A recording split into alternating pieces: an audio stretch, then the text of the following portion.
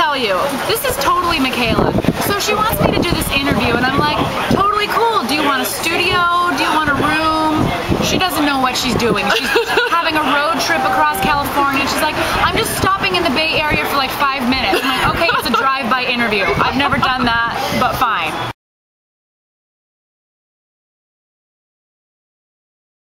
Okay, so here's the quick backstory about this. I worked with Michaela. How long ago did we work together? I think like 57 years ago. We look really good for 84. So Michaela is my coworker, was my coworker. We've kept in touch because, you know, Facebook reunites everybody. And all of a sudden she wrote a book. I'm like, what the hell? Like, I thought, I don't know, I just feel like you're all smart, and I feel undereducated. Who just writes a book? I didn't even know that you did not have electricity. What is this whole like Amish living lifestyle? Like I don't know. Michaela's like a surfer. Like she's super active. She lives in a night, and I'm like, how did you come?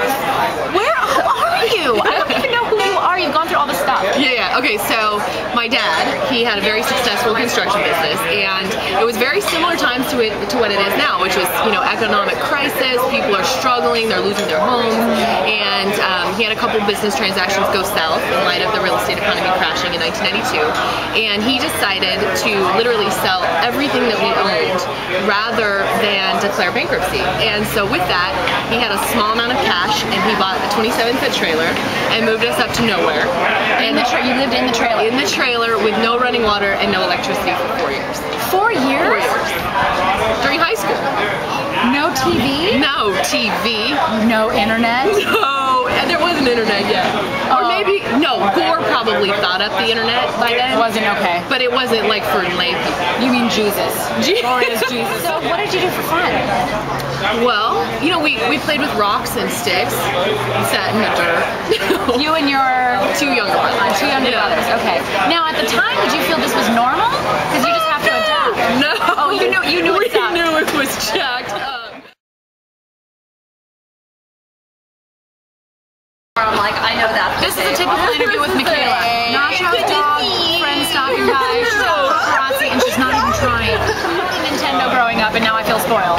Yeah, right. No, exactly. So my first time shaving was in a creek. No way. Yeah, full on. It's called the irrigation ditch, actually. It's a ditch. And it's a flowing ditch. So I pulled salmon and Gillette. She's taken the river. I couldn't afford Gillette.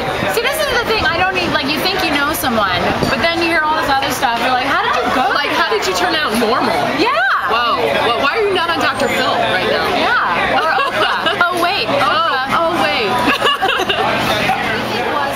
Your favorite part of writing this book and the hardest part of writing this?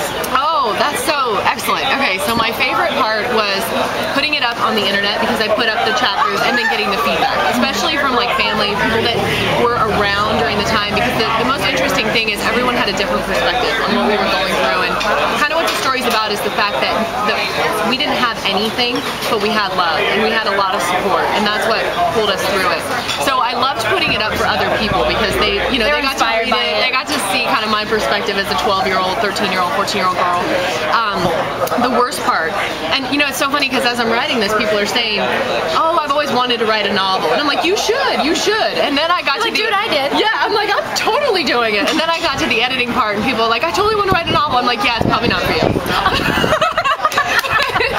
Dude, it's exhausting. I'm like, this is really difficult.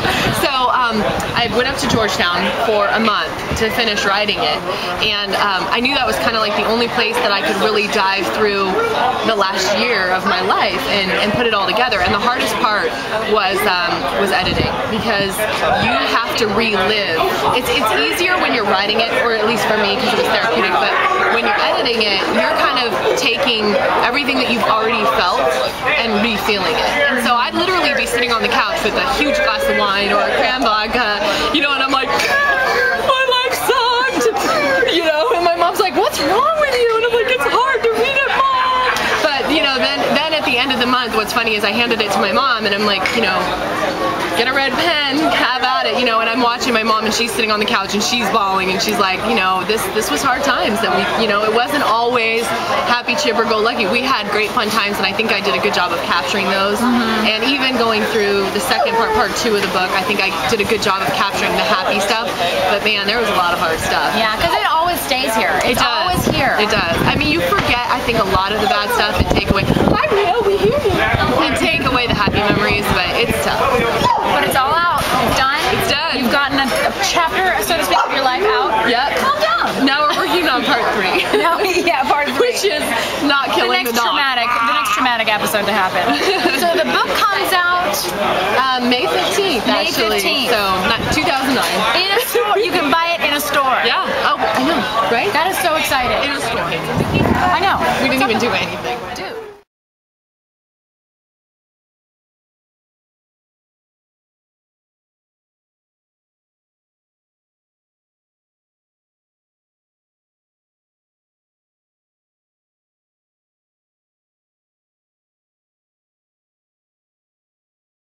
It's so funny because we pulled in here, you know, we were waiting for you, and I'm standing there and I like did some like nice stretch because we just drove 3.5, 4 hours from Georgetown. Right. And Drew goes, "Are your panties supposed to come 3 inches above your feet?"